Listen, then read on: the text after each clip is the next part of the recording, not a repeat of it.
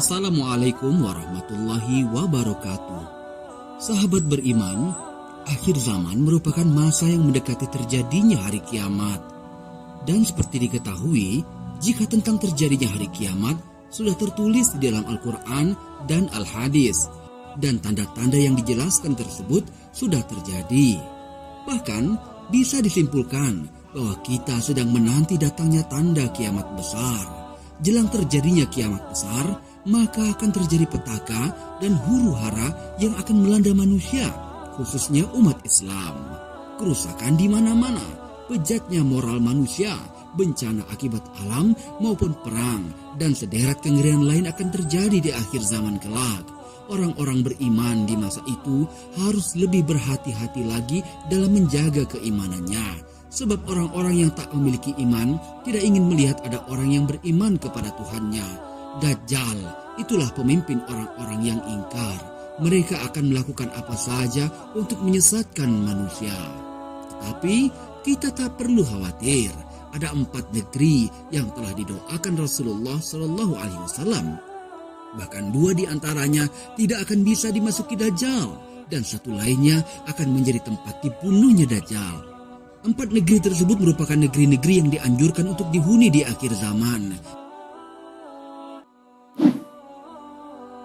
Yang pertama, Makkah. Makkah dinyatakan Rasulullah sebagai sebaik-baik bumi. Beliau bersabda dalam hadis riwayat At-Tirmizi, "Demi Allah, engkau adalah sebaik-baik bumi dan bumi Allah yang paling dicintainya. Seandainya aku tidak terusir darimu, aku tidak akan keluar."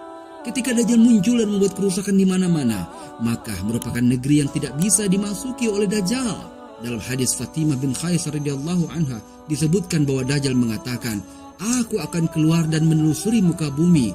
Tidakkah aku membiarkan suatu daerah kecuali pasti aku singgahi dalam masa 40 malam, kecuali Makkah dan Thaibah Madinah. Kedua kota itu diharamkan bagiku. Tatkala aku ingin memasuki salah satu dari 2 kota tersebut, malaikat menemuiku dan menghadangku dengan pedangnya yang mengkilap, dan di setiap jalan bukit ada malaikat yang menjaganya."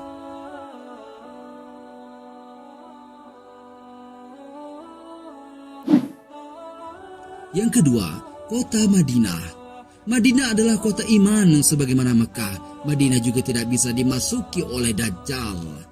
Rasulullah SAW bersabda, "Sesungguhnya iman akan kembali ke kota Madinah sebagaimana ular kembali ke lubang atau sarangnya." Di setiap tembok atau batas kota Madinah ada malaikat. Kota Madinah tidak akan bisa dimasuki oleh penyakit ta'un, lepra, dan tidak pula Dajjal.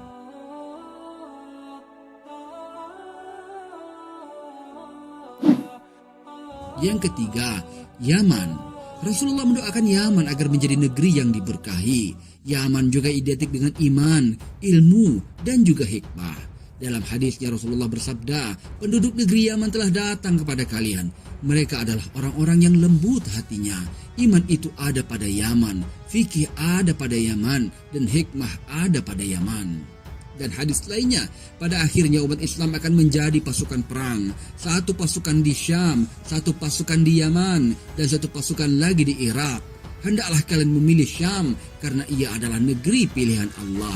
Allah kumpulkan di sana hamba-hamba pilihannya. Jika tidak bisa, hendaklah kalian memilih Yaman dan berilah minum hewan kalian dari kolam-kolam di lembahnya, karena Allah menjamin untuk negeri Syam serta penduduknya. Yang keempat, Syam. Yang keempat adalah negeri Syam. Saat ini Syam terpecah menjadi Suriah, Palestina, Jordania, dan Lebanon. Dalam hadisnya Rasulullah berdoa, "Ya Allah, berkahilah kami pada negeri-negeri Syam kami. Ya Allah, berkahilah kami pada negeri Yaman kami." Dalam hadis yang lain disebutkan bahwa Dajjal tidak bisa memasuki Masjid Al-Aqsa Palestina yang juga merupakan bagian dari Syam. Dalam hadis riwayat Ahmad yang sahih, Dajjal tidak akan masuk ke dalam 4 masjid, Masjidil Ka'bah atau Masjidil Haram, Masjid Rasul, Masjid Nabawi, Masjid Al-Aqsa, dan juga Masjid At-Tur. Wallahu a'lam bishawab.